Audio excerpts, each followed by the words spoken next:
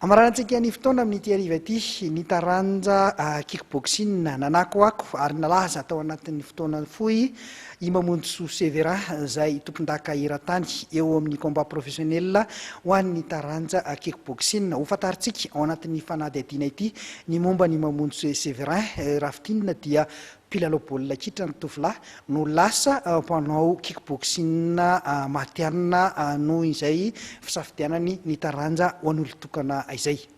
Fantadaza manerana an'izao tontolo izao sy teto Madagasikara atao anatin'ny fotoana fohy Mamonjy Severa no ny taranja kickboxing.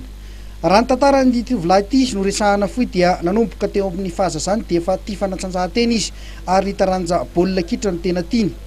Araka ny fanazavany nefa dia ny ray niteraka azy no nandresy lahatra azy izay nilaza taminy fa raha te handeha lavitra amin'ny fanatanjahantena dia ny taranjan'olo tokana ny tokony ilfosana. Nanomboka teo amin'ny 14 taona no nanao ity taranja ity i Severa. 20 taona ny tovolahy ankehitriny ary miaramila mpianadrara ao amin'ny Kosrom 5 ao Toliara. Raha teo amin'ny zava-bitany dia tompon-dakan'i Madagasikara nanomboka ny taona 14 ka hatramin'ny taona 2014 izy. Tompon-dakan'i Afrika ny taona 14 voafidy mpiatroka mendrika indrindra ny taona 2014, tompon-daka eran-tany matianina ny taona 2014. Kisendrasendra no nahalasa mpanao kickboxing azy. Kickboxing aloha tamin'voalohany zao nanao foot. Tenen'ny dadanay hoe raha teo tafita amin'ny sport ianao dia manova sport individuel fa io mandeha eto amin'ny firenenantsika zany izy. Dia tsy nino aloha tamin'voalohany mbola nanao foot dia tenitena dia na eno saiko hoe fatanao hoe Billy avy anaty Toliara iny. Dia igny zany relève-ny maître Black Jim tamin'izay. Dia le bandy aminay daholo zany manao entraînement maître Black Jim. Dia Billy zany presque mitomina ny zalahy hoe mampijaly débutant zany Billy. Dia isaky manao entraînement ataony zareo dia manao débat eo aminay hoe Billy nanga mahasosa dia zavaza ataony hoe mampijaly boy kely izy ohatr'izay. Dia izy zao zany Billy zany. Dia tamin'izay andro indray izy nihitako Billy hoe io kay olona kely ty hoe dia hoe ataonareo mampijaly anareo. Dia niteny rahalako sasany hoe raha say lahy dia ndao manao entraînement miaraka aminay fa ampanivona Billy. Dia ndao arô dia nanao saute koa zay tamin'ny fotoana io. Dia tsy nikahoan'le ria dia tsy nahazaka anazy tsara zany zay. Dia nanao entraînement sa hoe voasy titiny maître anay koa zany le asoanay tamin'ny fotoana zay. Dia aleo anao dia zay izy fa tsara izy. Dia lasa nanao dia ino dia zao ny afarany. Raha fandarako fotoanan'ny Severa ohatra ny ahoana zany hoe manao entraînement zany amin'ny resaka kickboxing impiry raha hoe matoto tonga amina résultat ohatra zao zany. Tamin'ny départko aloha mbola kely 3 fois par jour ny entraînement nataon'ny maître Adrien tana Toliara. Dia isaky ny anatin'ny semaine zay milay 2 fois par jour manao lay ezaka lavitra zany 14 km 19 km zay nataonay isaky ny anatin'ny semaine. Dia zany natonga anao ohatr'izao dia ingany zany averimberiko fa manao combat zaho manao combat ohatr'izao dia ingany averiko dia ingany natonga anao. Inona zany mba nofinofon'ny Severa zao? Nofinofy zao hoe lasa professionnel zany efa professionnel anao zao fa titre aloha efa azo le ady amanaraka zany tombo professionnel amin'izay zany mba karaha manady amin'izay zany amin'ny kickboxing ty.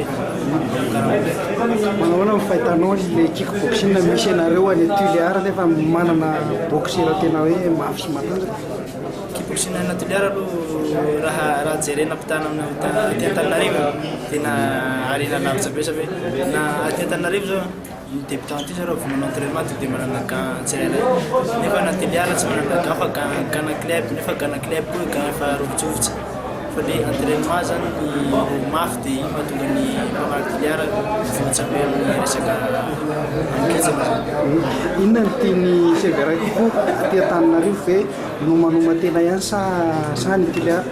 Tena tiako aloha ary tena mahafaly manahy dia na Toliara satria za raha vao mity andro manintsy tsy mahazo aina. Raha ohatsy amin'ny andro mafana une semaine fotsiny anomanako dia vitako combat be da be. Ny hotafajanona mpanao kickboxing matianina ny mbola tanjon'ny Severa izay mieritreritra ny handeha lavitra eo amin'ny combat professionnel. Tsy mora nefa ny mitazona izany toerana izany fa mitakezaka goavana eo amin'ny fanomanantena. Raha ny safidin'ny Severa dia nijanona ny Toliara ihany satria tsy mahazaka ny andro mangatsiaka ny tovolahy.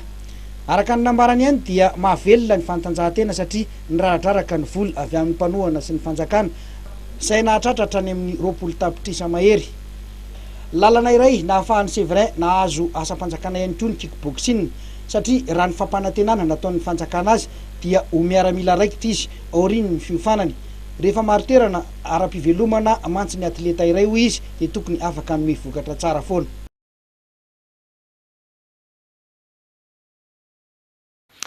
Dia iny fanadidiny ihany koa tompo lasy tompo vavy no ametrahana ny veloma mandram-pioana ho amin'ny herin'ny an'io toy izao indray. Isaorana betsaka ianao tany tokantrano tany nanaraka ny fandarana mahery hatramin'ny farany. Isaorana ihany koa ireo namana teknisianina niarana natosa ny fandarana satria dia hiaraka eto indray tsika izany mandritra ity taona 2024 ity teo ny namana Andritiana Patrika mandrindra ny sary, eo ihany koa ny namana Bosco Rasolomenjanahary izay mampita ny sary any tokantranontsika ihany ary ny namana Menjara Zavindrakoto izay mampita ny sary sy ny namana Erlanto izay mampita ny sary ny tokantranontsika tsirairay avy any. Izay ary ny masakazina roso tamin'ity hariva ity tompo lasy tompo vavy dia mametraka ny veloma ho mandram-pioana ho amin'ny herin'ny toy izao indray. Samy tsara tompoko lahy, samy tsara tompoko vavy.